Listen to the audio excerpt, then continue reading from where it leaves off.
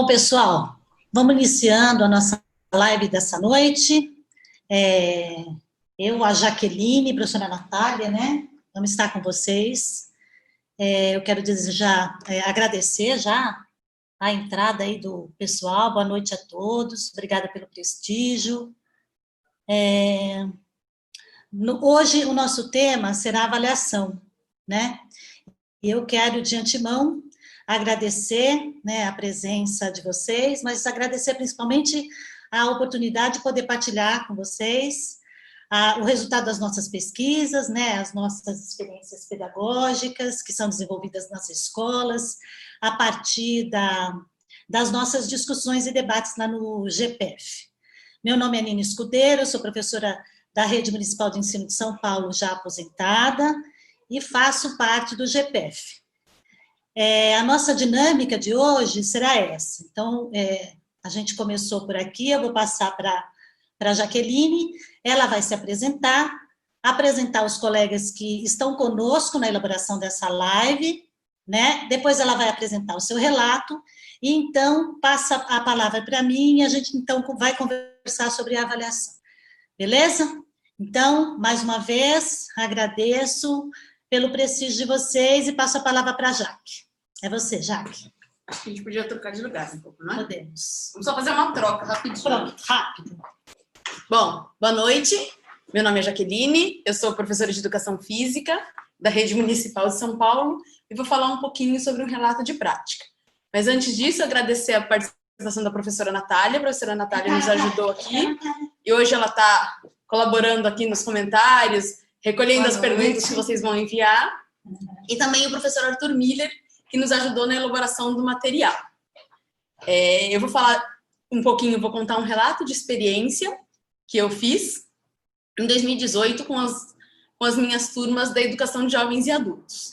Então, eu vou falar de uma escola específica de educação de jovens e adultos. É uma escola que só estudam estudantes a partir de 15 anos e nas turmas das quais esse trabalho foi realizado, tivemos turmas até 80 anos, tá? E uma das particularidades dessa escola também é o número grande de pessoas com deficiência. Deficiência intelectual, mobilidade reduzida, usuários de cadeira de roda, deficiência auditiva. A gente tem um número grande de pessoas com deficiência. Compõe também os estudantes das turmas da EJA, senhoras aposentadas, senhores, adultos trabalhadores, jovens que evadiram da escola regular e foram parar na EJA, e aí alguns estudantes em liberdade assistida, os que passaram pelos sistemas penitenciários e estão voltando para as escolas, e a gente também recebe esses estudantes. O tema que eu trabalhei, né, a prática corporal estudada neste trabalho que eu vou relatar para vocês, é a corrida de orientação. Tá? O relato está completo no site do GPF, lá em www.gpef.fe.usp.br, relatos de prática, lá tem o relato completo. Aqui eu vou adiantar algumas coisas, pontuar, né, o que a gente quer discutir com o tema avaliação, mas fiquem à vontade para acessar depois o relato completo. Vou começar falando um pouquinho sobre como eu escolhi o tema corrida de orientação. Essa escola a gente trabalha com temas, um grupo de professores, a partir de uma atividade com os estudantes, escolhe alguns temas que serão abordados, e para esses módulos 1, 2 e 3, que se refere à etapa inicial, etapa básica e etapa complementar da EJA, o tema era mobilidade urbana. E eu fiquei pensando como eu faria um link, né, como eu conseguiria escolher uma prática corporal que dialogasse com isso. Fiquei com muitas dificuldades de pensar, olhando para o público que estava lá naquela escola. E um dia, enquanto ainda estava mapeando, enquanto estava experimentando algumas coisas com os alunos, eu vi as professoras de sala fazendo uma atividade na sala de informática com o Google Maps. Eles estavam traçando o caminho de casa até a escola e faziam com transporte público, a pé, de bicicleta. E eu achei interessante essa atividade que eles fizeram com os mapas. E aí eu fui pesquisar, pensar um pouquinho em quais atividades corporais eles teriam o uso de mapas, que seria um recurso para eu alinhar com o trabalho das professoras de sala, junto com a aula de educação física. Cheguei e conheci o trekking e conheci a corrida de orientação. E aí pesquisei um pouquinho, vi e escolhi a corrida de orientação, entendendo que ajudava a fazer esse link com o trabalho das professoras e que permitia com que todos os alunos daquela escola fizessem aquela prática corporal. Mas para isso a gente fez uma adaptação, né? A gente não trabalhou com corrida, a gente trabalhou com a caminhada. A gente usou o formato do esporte, corrida de orientação, mas reconhecendo que as pessoas com mobilidade reduzida, os usuários de cadeira de roda, as senhoras, os senhores, todos eles pudessem participar de uma forma assim como os demais. O trabalho teve como objetivo experimentar e vivenciar a corrida de orientação, entender o funcionamento do esporte, da onde ele veio, as suas regras, o histórico, quais são os materiais que são utilizados, em quais contextos eles são trabalhados e quais são as estratégias de participação dos orientistas, né, que são os praticantes de orientação. Então, depois de eu ter escolhido esse tema, eu fiz uma primeira atividade que foi passar um vídeo com imagens da corrida de orientação. Então, a gente assistiu um vídeo onde os atletas, onde demonstrava como funcionava a corrida de orientação e o atleta apresentava a modalidade, contava um pouquinho dos materiais, onde são as competições. E aí, a partir do que a gente viu no vídeo, a gente começou a fazer as nossas aulas. Então, deixa eu colocar aqui uma imagem. Onde minimiza aqui? Compartilhar a tela, né? A gente colocou a partir do... Apresentação do slide. Deve ser. Bom, a partir do que foi visto no vídeo, nós fomos fazer nas nossas aulas. E a nossa primeira atividade foi medir a passada dupla. Os orientistas mostraram que eles fazem os cálculos a partir da passada dupla, então a gente foi medir. Cada grupo, cada estudante mediu a sua passada e a gente começou a calcular isso dando voltas no quarteirão. Para o cálculo das passadas, além da fita métrica, em que a gente foi calculando a passada de cada um, a gente também percorreu espaços determinados, demos voltas no quarteirão, tentando calcular a metragem a partir da passada. Então, a gente fez várias experiências, várias aulas com o que é usado pelos orientistas na corrida, mas sempre no formato de caminhada, né? Eu não sou praticante da corrida de orientação, nunca participei, nunca havia feito, né, nem visto, conheci depois quando eu fui pesquisar. E uma das estratégias que eu usei foi usar as hashtags no Instagram, nas redes sociais, do Corrida de Orientação. A partir dessas hashtags, eu consegui acessar vários praticantes, campeonatos, consegui acessar o que estava acontecendo na modalidade, entrei em contato com alguns para que eles viessem na escola, tentei, só que todos os que eu consegui conversar, eles não eram da cidade de São Paulo, então isso ficava difícil para que eles viessem na escola. Mas me ajudaram bastante quando eu estava organizando o material para as aulas. Então, eu usei esse recurso também para conseguir acessar mais informações. Durante as atividades, a gente fez algumas vivências das medidas, né, das passadas, das voltas no quarteirão, de contar os passos, e o passo seguinte foi conhecer o mapa da escola. Então, esse mapa que está na tela é o mapa do entorno da escola. E aí foi uma atividade muito difícil de fazer, porque os alunos não conseguiam fazer essa leitura de mapa. Onde era rodovia, onde é espaço que a gente anda, o que está em preto é o espaço que é gramado. Então, a gente teve algumas dificuldades nesse sentido, mas que a gente foi tentando superá-las. A escola fica num bairro residencial, ela é uma casa e fica num bairro residencial. Para a realização dessa atividade, eu precisei dar uma volta no quarteirão, conversar com os moradores, explicando que eu sairia com um grupo, que a gente estaria anotando algumas coisas no espaço, porque uma das atividades que eu organizei, quando eu passei lá anotando algumas coisas, uma moradora saiu e me perguntou o que eu estava fazendo. E aí eu expliquei que eu era professora da escola, que estava fazendo uma atividade que eles iam procurar no mapa alguns espaços, e ela se referiu aos estudantes daquela escola como bandidos, como pessoas ruins, que ela é incomodada com a presença daquela escola no bairro, e se referindo aos nossos estudantes em liberdade assistida. Eu fiquei muito incomodada com isso, mas percebi que eu precisava tomar cuidado quando eu liberasse esses estudantes no bairro para fazer as atividades, pois eles poderiam sofrer com um preconceito, da mesma forma que ela falou comigo, ela poderia ter dito a eles algumas coisas, né? Então, todas as vezes que eles vão sair para fazer atividade no bairro, para fazer as atividades, eu vou sempre ter uma atenção especial e pedir para mais estagiários ou para os outros professores colaborarem nesse processo para que a gente garanta que todos os estudantes não passem por uma situação ruim.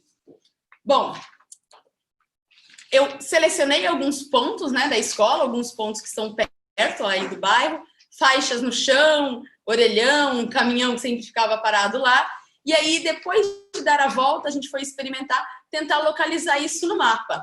E aí, lembrando que são estudantes da EJA que estão no processo de alfabetização, neste primeiro slide aqui, dá para ver que a dificuldade com a escrita, isso se tornou mais importante escrever corretamente do que colocar no ponto correto, né? Em vez de encontrar onde estava. Então, depois que eu fiz com a primeira turma, que eu olhei para os registros e vi que estava difícil para os estudantes, eu mudei a estratégia. Nesta segunda, na foto ao lado, tem só uns pontinhos coloridos. E aí, em cada uma das fotos, eu coloquei pontos com aquelas cores e eles só precisavam colocar o pontinho onde foi, em vez de ficar com aquela preocupação da escrita correta. Então, acho que isso foi um olhar, né? Foi uma avaliação que eu fiz sobre o que não havia dado certo e uma mudança de rota aí, uma mudança de estratégia para conseguir fazer com que todos os estudantes se preocupassem com a atividade da corrida de orientação.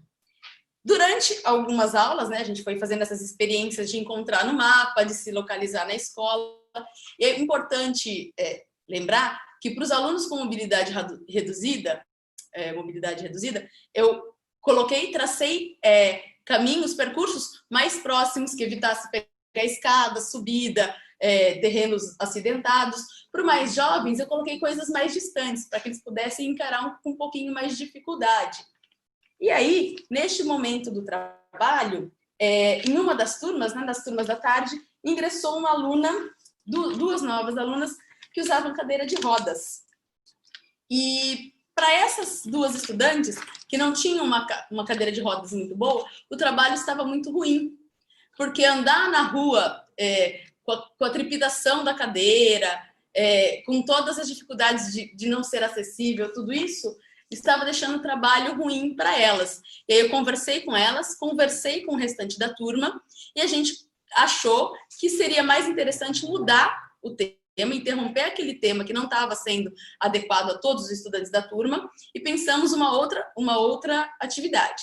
Repensamos, fizemos outros mapeamentos e o trabalho tomou um outro rumo. Para as demais turmas do período da manhã, que não tinha as duas meninas que usam cadeira de rodas, a gente continuou seguindo o percurso da corrida de orientação. E aí eu comecei a fazer os prismas. O prisma é o local onde o orientista encontra, né? Onde está o ponto que ele coloca o S-card dele, que é onde registra a sua passagem e o tempo que ele passava. Na escola eu distribuí, fiz umas bandeirinhas assim, e eu colei nos pontos, e a gente não tinha o S-card para registrar o tempo. Então, eles registravam, cada dupla tinha um carimbo. E eles passavam e registravam que eles tinham passado por aquele ponto. Diferente da corrida de orientação, que corre quem faz o percurso em menos tempo, que ganha quem faz o percurso em menos tempo, na nossa corrida, de acordo com as duplas, eu estabeleci um tempo pensando no grupo que estava lá. Se eram os alunos com mobilidade reduzida, se eram jovens, se eram os mais idosos. Então, isso era sempre levado em consideração na hora de fazer, de distribuir o grupo, na hora de entregar os mapas para cada um deles.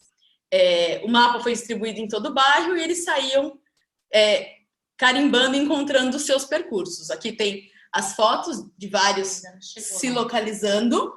Ah, desculpa, demorou um pouquinho. Demorou um pouquinho. Mas é quando chega a minha voz, chega junto. Aqui eles encontrando, se localizando no mapa, procurando.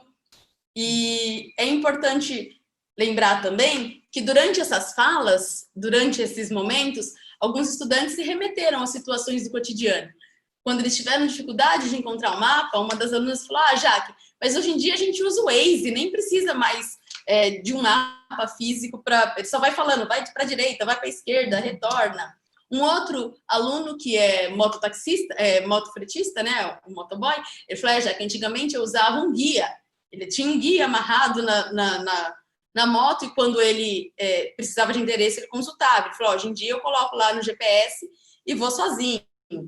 Então, tudo isso foi fazendo com que eles linkassem com as situações da vida, do cotidiano.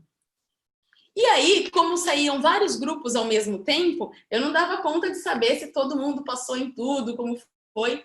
E um dos recursos que eu utilizei foi que eles fizessem selfies quando eles encontrassem os prismas. Então, cada prisma que eles encontravam, eles faziam um selfie, carimbavam e faziam o selfie para me mostrar depois. Então, acho que foi um jeito também bacana de usar as tecnologias e de trazê-los de um outro formato para as aulas. Isso foi bem bacana.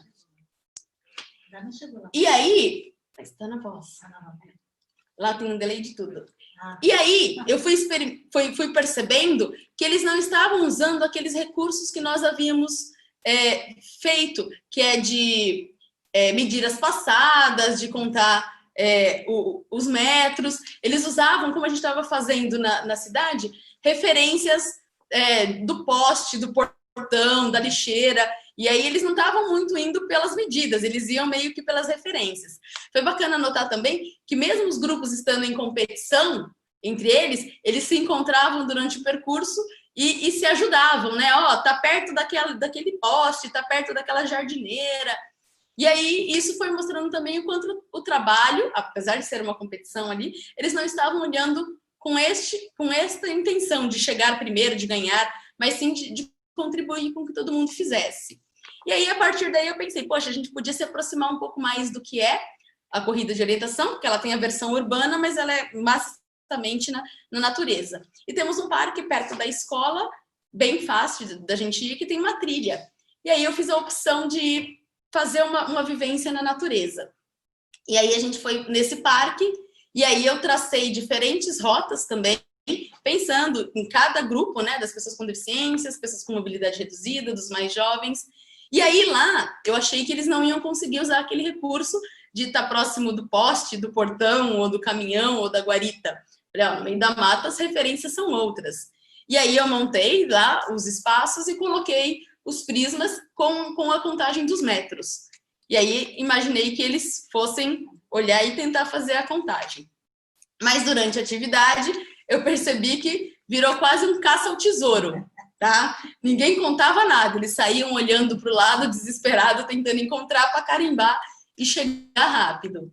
Mas isso não nos era mais importante. O importante é que conheceram, vivenciaram e viram que tinha algumas estratégias. Eles criaram outras. O que foi bem bacana? Mesmo os alunos com deficiência, neste espaço, não precisavam de nenhuma outra adaptação. Tá? Eles conseguiam fazer procurando com o seu tempo, e isso foi acontecendo durante todo o percurso. E aí, finalizando o trabalho, durante todo o processo eu fui registrando, né, anotando, fotografando, filmando, mas eu queria ter um registro dos estudantes. E, como eu falei, os estudantes estão no processo de alfabetização e eu ainda encontro bastante dificuldade em fazer registro com eles. E aí eu fiz uma opção que foi usar o Google Formulários, onde eu montei o questionário lá, as questões, e eles precisavam responder só no computador, clicando. Então, não há necessidade de escrever. Eu projeto tudo que está na tela numa televisão, eu leio em voz alta e vou ajudando. Para os alunos com deficiência, a gente usa os tablets. A gente acha que o touch, para eles, é mais fácil do que o uso do mouse. Mas, em geral, a gente usa os computadores da sala de computação.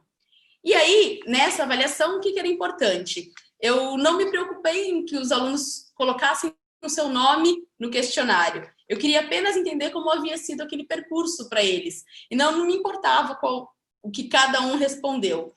E foi engraçado, porque no final, quando eu expliquei, falei, não sei quanto cada um tirou, não se preocupe com isso, vários alunos ficaram incomodados. Já que eu queria saber quanto eu tirei, eu queria saber como eu fui.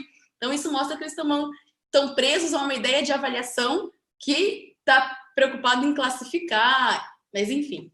As perguntas eram sobre se eles já conheciam a corrida de orientação, o que ele achou de experimentar e de conhecer um pouco daquele esporte, trazia os objetos que foram utilizados na aula, quais eram os objetivos da corrida de orientação, coisas da história, mas tudo isso a gente assistiu nos vídeos, eu falava, é super tranquilo.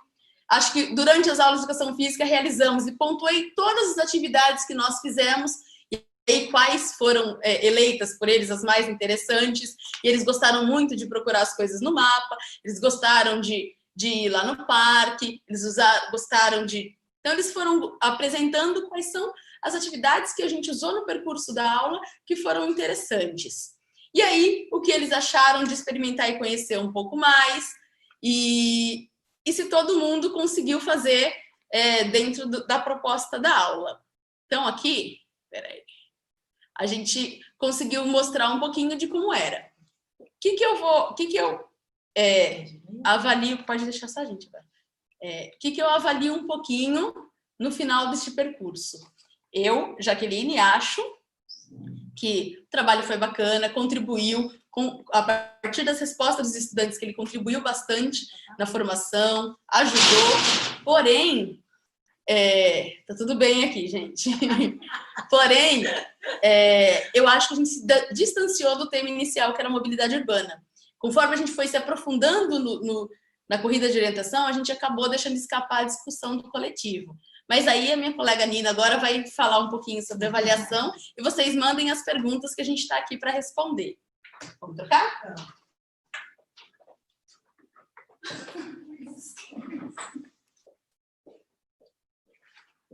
Bom, boa noite, gente. Boa noite mais uma vez. E para aqueles que estão chegando agora, sejam muito bem-vindos. Vocês podem encaminhar as suas questões, que depois da minha fala a gente abre para responder, tá bom? Para, pelo menos, dialogar. Bom, o nosso tema hoje é a avaliação. E eu vou tentar apresentar para vocês as características, né? Como é que o currículo cultural vem pensando a avaliação. E vem pensando a avaliação, né? Porque as coisas não são fixas, né? Ela está sendo agora, e conforme o Pedro Boneto falou na quarta-feira, né? A cada acesso, a cada texto, a cada autor, a cada campo teórico que a gente acessa, a gente vai refletindo e reconstruindo, né? Então, só um minutinho que eu vou colocar aqui a tela, porque eu escolhi falar com vocês sobre avaliação. Para a gente começar a falar de avaliação, eu selecionei essa imagem porque eu acho que ela traduz com precisão o papel que a avaliação tem feito, né? Não saiu, né? O papel que a avaliação tem exercido na escola. Todos nós já participamos, já vivenciamos a experiência de ser avaliados.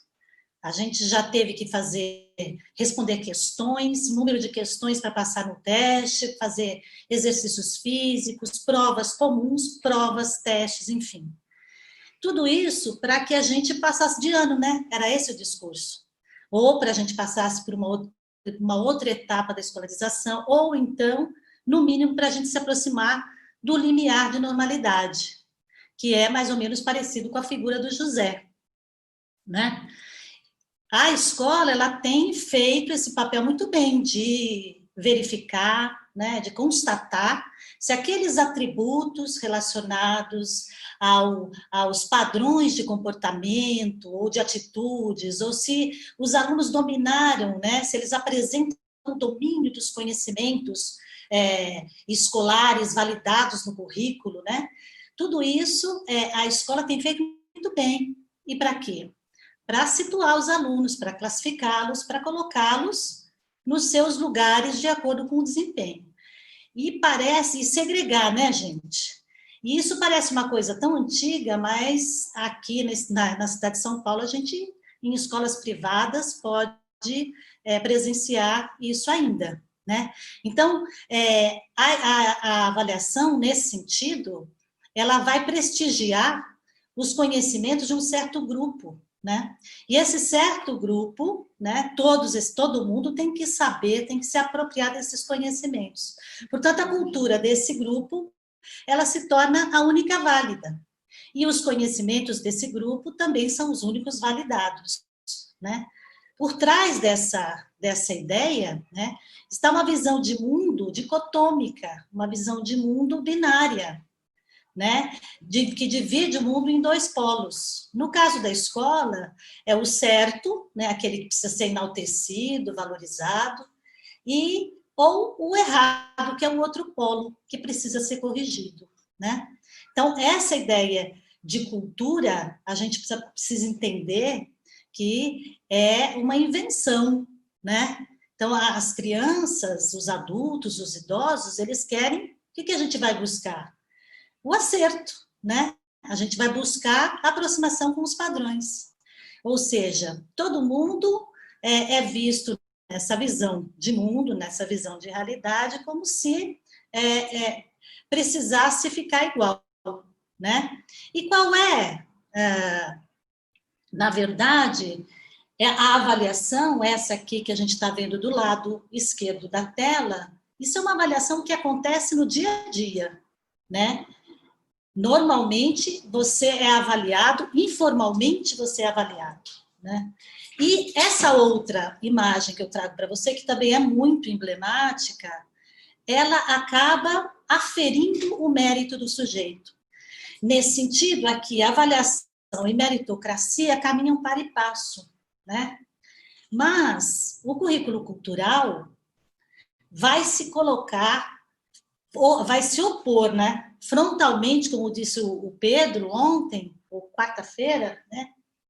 Frontalmente, eu diria que o currículo cultural, ele fratura essa ideia de cultura. Porque, inspirado nas teorias pós-críticas, né, ele vai conceber a realidade como uma produção discursiva. Ora, quem é que produz esse discurso? Um grupo que tem poder para isso, né? Então, a cultura, para o currículo cultural, para as teorias pós-críticas, ela constitui o sujeito e é por ele constituída. Então, isso significa que todos os grupos produzem cultura. Essa ideia de cultura única, ela favorece um único grupo, né? Então, o currículo cultural vai se opor a essa ideia.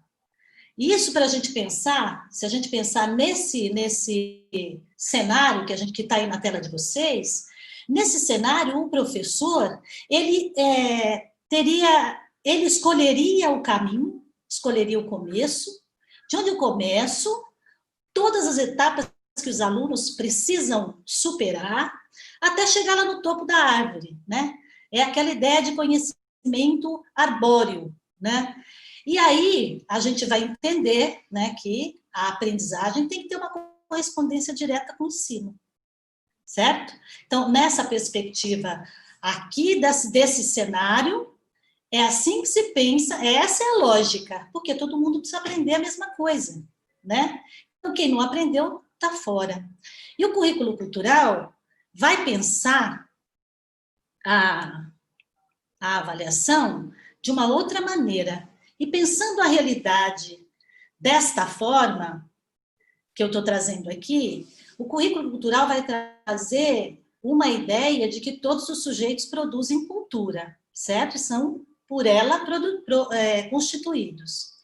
Eu trago aqui uma imagem que retrata um pouco melhor qual a ideia, como é que a gente pensa a cultura.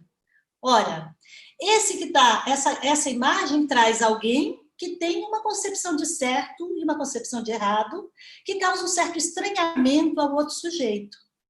Isso acontece nas nossas aulas, né?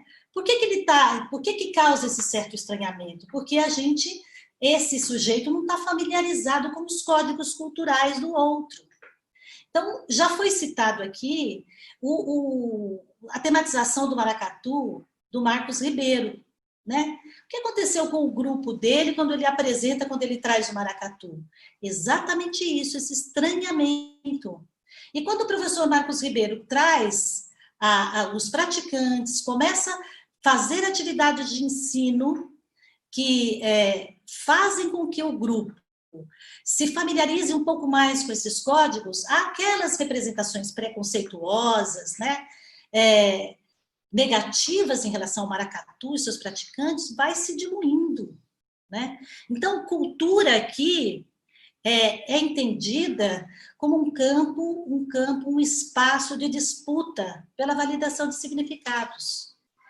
Então, esse espaço de disputa, ele vai, dentro da escola, a gente pode observar em todos os momentos, no intervalo, na sala de aula, na quadra, né? Existe sempre aquela disputa de poder. Por exemplo, se a gente for observar as práticas, algumas práticas corporais, a queimada, o futebol, né? Várias práticas corporais que são interpretadas por diferentes grupos, né? E ganham até um nome diferente, né? Isso é cultura, gente. Então, é importante que nós, para entendermos a avaliação, precisamos compreender que o conceito de cultura se distancia daquela ideia de que ela está fora do sujeito, que ela é externa ao sujeito, né? E o sujeito precisa estudar muito, ler muito, se apropriar daqueles conhecimentos para se tornar culto. Aqui não. A cultura é um espaço em que as pessoas disputam os seus significados, a representação dos seus significados. Então, para entender a avaliação, a gente precisa entender esse conceito e precisa entender que as práticas corporais precisam entender como textos da cultura.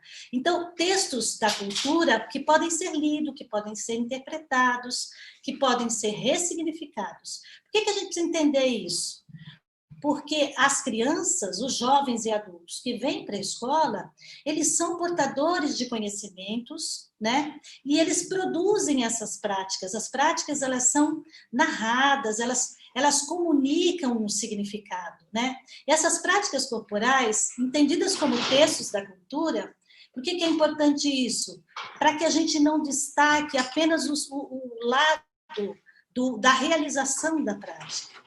Né? A gente entenda que existem muitos discursos, muita coisa que atravessa essa prática e que precisa ser notada. Então, a professora Jaqueline mostrou para vocês que esse conceito de cultura, no momento em que ela menciona para a gente quem são esses jovens, de onde eles vêm. E quando ela diz para a gente que eles têm histórias e percursos de vida diferentes. Quando ela organiza, por exemplo, atividades, 6 percursos, né? Pensando naquelas diferenças que tem ali, aquelas diferentes potencialidades que tem ali. Quando ela traz, por exemplo, atividades em que ela inverte a lógica da corrida de orientação para que todas aquelas diferenças sejam afinadas, né? Então, ela começa a avaliação quando ela vai mapeando esses sujeitos, quando ela vai olhando lá para o PPP, quando ela olha para os alunos com aquele olhar atento, né? Para saber o que eles sabem, quais são o que eles acessam, né? Então, a Jaqueline começa a escrever a avaliação pelo mapeamento. Para ela dizer tudo isso aqui para a gente, ela fez um mapeamento ao longo da sua tematização. Ela começa a fazer o mapeamento quando ela se preocupa em fazer, por exemplo, aquela pesquisa da corrida de orientação, que ela ainda não sabe qual é o nome, né?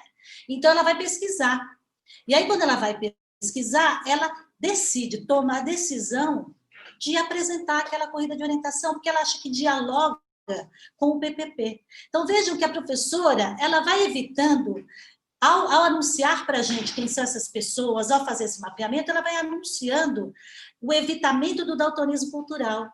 o tempo todo essa professora está fazendo a afirmação dessas diferenças, né? Então, o mapeamento, ele é uma das características... Eita! É que você clicou aí embaixo. Tá onde? Como é que eu saio? Continua falando, pode falar. Então, o mapeamento, ele começa, né? Começa o trabalho, mas ele vai ao longo, né? Ao longo da tematização, ajudando a professora a colher informações, né? Então, vejam que aqui a posição da professora é outra, né? A ideia de cultura é outra. Quando a professora, por exemplo, apresenta o tema, e aí, por meio das hashtags, ela, junto com eles, vai fazer a pesquisa dessa corrida de orientação, ela se coloca numa situação muito diferente daquele professor que tudo sabe, né? Ela vai se colocar numa relação de horizontalidade com os alunos.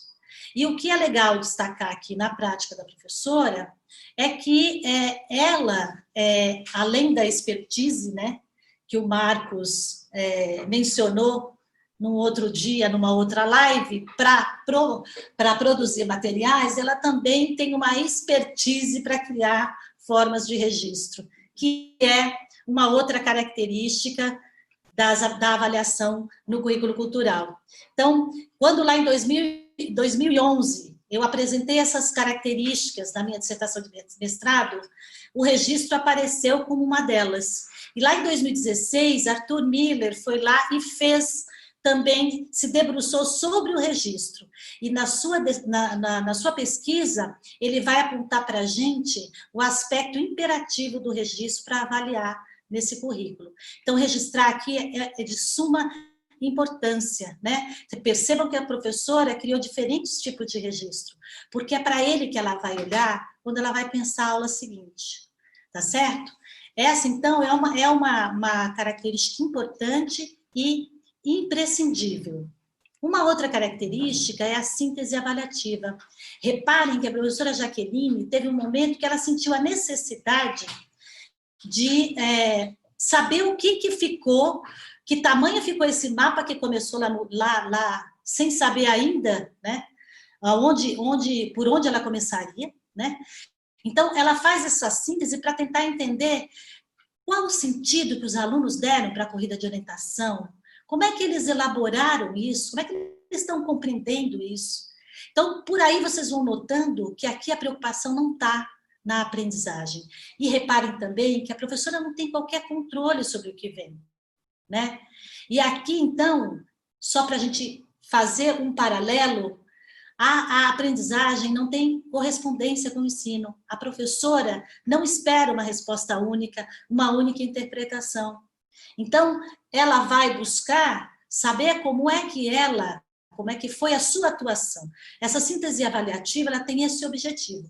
Agora, observem bem como esse discurso da meritocracia, da nota, né, do sujeito reduzido ao número ou a um conceito é tão forte que os alunos pediram para ela dar uma nota para cada um, né? Então, a síntese avaliativa, gente, ela não encerra o trabalho, porque lembra, lá na primeira live, o Mário falou para a gente, né? Muitos temas a gente se esgota muito rápido, não tem como alimentar, mas outros podem seguir um ano inteiro, né? Então, a síntese avaliativa, ela não encerra o trabalho, ela é um fechamento provisório, e é esse mapa que se congela, né? Que se congela numa obra de arte, o que é uma artistagem isso aqui, porque certamente se qualquer um de nós for trabalhar com de orientação em um outro lugar, um outro grupo, será um outro texto, né? Então, só para entender que não é encerramento. Esse estudo é um quadro, se torna um quadro que tem uma moldura porosa, que pode sair, que pode ser continuado, né? Então, essa é a ideia da síntese avaliativa. E uma outra característica é o diálogo, gente. Diálogo no sentido freiriano do termo. Diálogo que considera o que o outro trouxe. E a Jaqueline fez isso muito bem, né? Dialogou com seus alunos, com o entorno, com seus registros, né? É importante saber disso. Esse diálogo não é o diálogo que tolera, é o diálogo que negocia, que considera, que, se precisar, coloca em stand-by o que está sendo feito e discute o que emergiu, tá certo? Em suma, a avaliação na educação física cultural se caracteriza como um texto escrito, e eu vou insistir que é produzido coletivamente. O caminho que a professora Jaqueline e seus alunos fizeram, né, foi o resultado das suas escolhas, das decisões, dos planejamentos, de mudanças de rota, como ela mesma apontou. Então, a avaliação nesse currículo, ela cumpre a função de planejar, refletir, reorganizar, tomar decisão, acompanhar, investigar e por aí vai. Só não cumpre a função de classificar. Beleza? Então, agora a gente vai abrir para as questões. Vamos lá. Acho que você tem que sair da Espanha. Interromper. Põe a nossa cara, isso. Põe a nossa cara?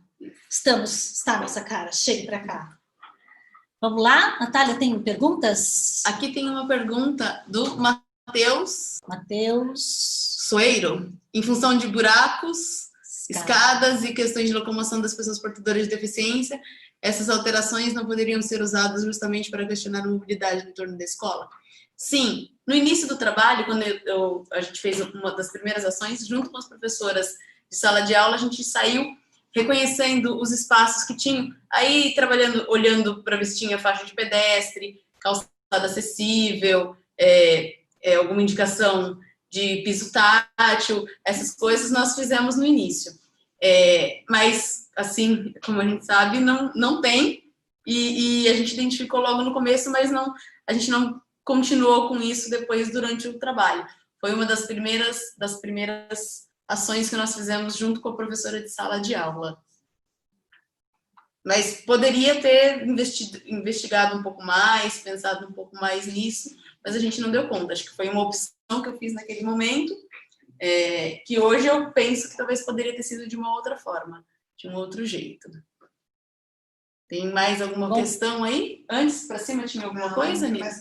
Não? Bom, pessoal, estamos aqui aguardando. Um comentário sobre a interdisciplinaridade. Sim. Te dando os parabéns. Mais nada? Então, aproveitando, acessem o canal do GPF, @GPF_FEUSP no Instagram. Siga lá nossas redes sociais. Clique aqui embaixo, vou deixar Eu não consigo colar o endereço do GPF. Não sei por quê. Bom, acho que você não tem mais nada. Calma, ainda tem um tempinho, né? A gente aguarda. Se alguém quiser fazer um comentário, uma questão. A avaliação é uma questão muito polêmica, né? É realmente polêmica, difícil, né? E sugerir uma avaliação, um olhar, né? Um deslocamento, né? Dessa ideia de avaliação que o Tonucci mostra para a gente lá na primeira imagem é desafiador. Mas por isso é que a gente precisa ter um referencial, precisa se inspirar num referencial teórico diferente, né? O que houve aqui? Eu não sei. Deu uma caída aqui, pessoal, mas já voltou, tá? Ah, tá. Tá bom. Bom, quando os alunos por conta fizeram diferente, olha lá, o José Elvis está fazendo uma pergunta. Quando fez proposto diferente do proposto por você, o diferente, você está dizendo quando eles não contam os passos e vão usando as referências do meio urbano. Eu falei, nossa, não esperava que ia acontecer isso. Achei que eles iam contar os passos. Mas isso é legal porque eles foram criando outras estratégias. E um dos meus objetivos não é que eles entendessem qual é a estratégia do esporte, mas que eles criassem as próprias estratégias. Entenderem que a gente estava usando o meio urbano, que tem outras referências, que é o portão, que é o poste, que é a lixeira, eles usaram desses recursos, e acho que isso é super bacana. Do meu ponto de vista, que bom que eles conseguiram resolver aquela demanda de uma outra forma. E aí, por isso, quando a gente vai para a mata, e eles não conseguem ter essas mesmas referências, eles ficam procurando como se fosse caça ao tesouro. Em nenhum momento eu queria que eles fizessem exatamente como acontece na corrida de orientação. A nossa ideia não é reproduzir a corrida de orientação que acontece nas competições, em outros espaços. A nossa ideia é de ver como a gente podia fazer a nossa corrida de orientação dentro daquele contexto dos sujeitos que estão naquela escola, com todas as especificidades que estão lá. Aqui tem uma outra questão que é interessante. Tem dica para essa corrida de orientação para crianças, professora Jaqueline? Tem que ver com as crianças. Eu acho que da mesma forma que eu fui construindo a partir dos sujeitos que estavam lá, jovens e adultos da minha escola, da escola em que eu atuo, as crianças também vão dar outras pistas. Eu acho que tudo que os estudantes lá do CIEJ fizeram, as crianças também são capazes de fazer, e elas podem fazer outras coisas mais. Então, acho que é construir com os estudantes da escola que você estiver o que for possível, né? Acho que o que a gente vem pensando do currículo cultural é que não há receitas. Talvez você possa olhar para esta prática aqui, ver que bacana e pensar a partir disso o que é possível fazer na sua escola com as especificidades do seu espaço, dos estudantes que estão lá. Bom, o Joel Machado está mandando uma questão. Obrigada, Joel. A maioria das escolas cobram notas. A partir da avaliação do currículo cultural, como é feito o processo de transformação para notas? Eu estava esperando essa questão, Joel. Bom, vocês observaram que a professora Jaqueline fez aquela síntese avaliativa e ela não se preocupou em sintetizar ou traduzir isso em nota. Nós não temos nenhum estudo que possa dizer como é que a gente traduz isso em nota, já que isso é completamente avesso do que a gente acredita, né? Então, muitos professores na rede municipal aqui de São Paulo têm, cada um age de um jeito, usa um recurso. Tem uns que dão 10 para todo mundo, outros dão a nota, a média, né? Só para constar, porque o que importa na realidade no momento em que você vai falar de todos os alunos ou de um aluno específico, você sabe o que dizer dele, né? Então, os registros nos ajudam nisso. Eu posso contar para você uma experiência minha, que eu usava um caderno de registro com as turmas, todas as salas tinham um caderno de registro. E eles levavam, cada dia um levava o registro. Tinha um certo aluno que era visto como aquele que não faz nada, né? Só causa problema e tudo mais. Esse menino fez vários registros no caderno, porque ele fez uma vez, e aí a gente lia para a turma, começava a aula com a leitura do registro e tal. E aí, num dia que foi para ser um outro aluno, né, que tinha que levar o caderno, esse aluno faltou, aí ele pediu para levar novamente. No dia do conselho de classe, eu tinha 3 registros desse garoto. Então, eu pude dizer para eles o que o menino sabia, né? Porque o mais importante da avaliação não é dizer o que falta, não é dizer o que não sabe, né? Mas é dizer o que ele sabe. Então, acho que no currículo cultural a gente consegue dizer isso, porque o registro nos ajuda nessa empreitada aí. Tá bom, Joel? Bom, eu tenho um privilégio que eu não preciso traduzir em notas. Ao CIEJ a gente não tem essa preocupação, a gente coloca se os alunos participaram ou não, e isso é muito gratificante. Eu vejo alguns professores muito preocupados, né? Mas não dá nota. Que bom que eu não sou aquela pessoa que deixa a pessoa preocupada se vai passar ou não, se vai conseguir ir para o próximo módulo ou não por conta da nota. Acho que isso é bem bom, porque eu estou preocupado lá em dar aulas que garantam a participação de todos, que seja que os alunos aprendam, experimentem coisas diferentes, que troquem, que desconstruam. Então, acho que isso também é muito bacana. Acho que a gente romper com essa lógica de como eu vou dar nota também é importante. Mais alguma pergunta? Acho que encerramos. Então, nós queremos agradecer ao Guilherme, ao Elton, pelo convite, pela oportunidade de participar desse evento, num evento desse naipe, desse alcance. Muito obrigada a todos vocês que estiveram conosco. Foi um prazer estar aqui. Bom, tchau, tchau. Sigam o nosso Instagram, GPF_FEUSP. tem o site onde tem os relatos do grupo, www.gpef.fe.usp.br. Lá todos os relatos que foram apresentados aqui nas lives estão disponíveis. E temos também o nosso canal no YouTube, que é GPF. GPF é USP ou só GPF? Natália, vai dar tchau? Esse é Esse é o Instagram.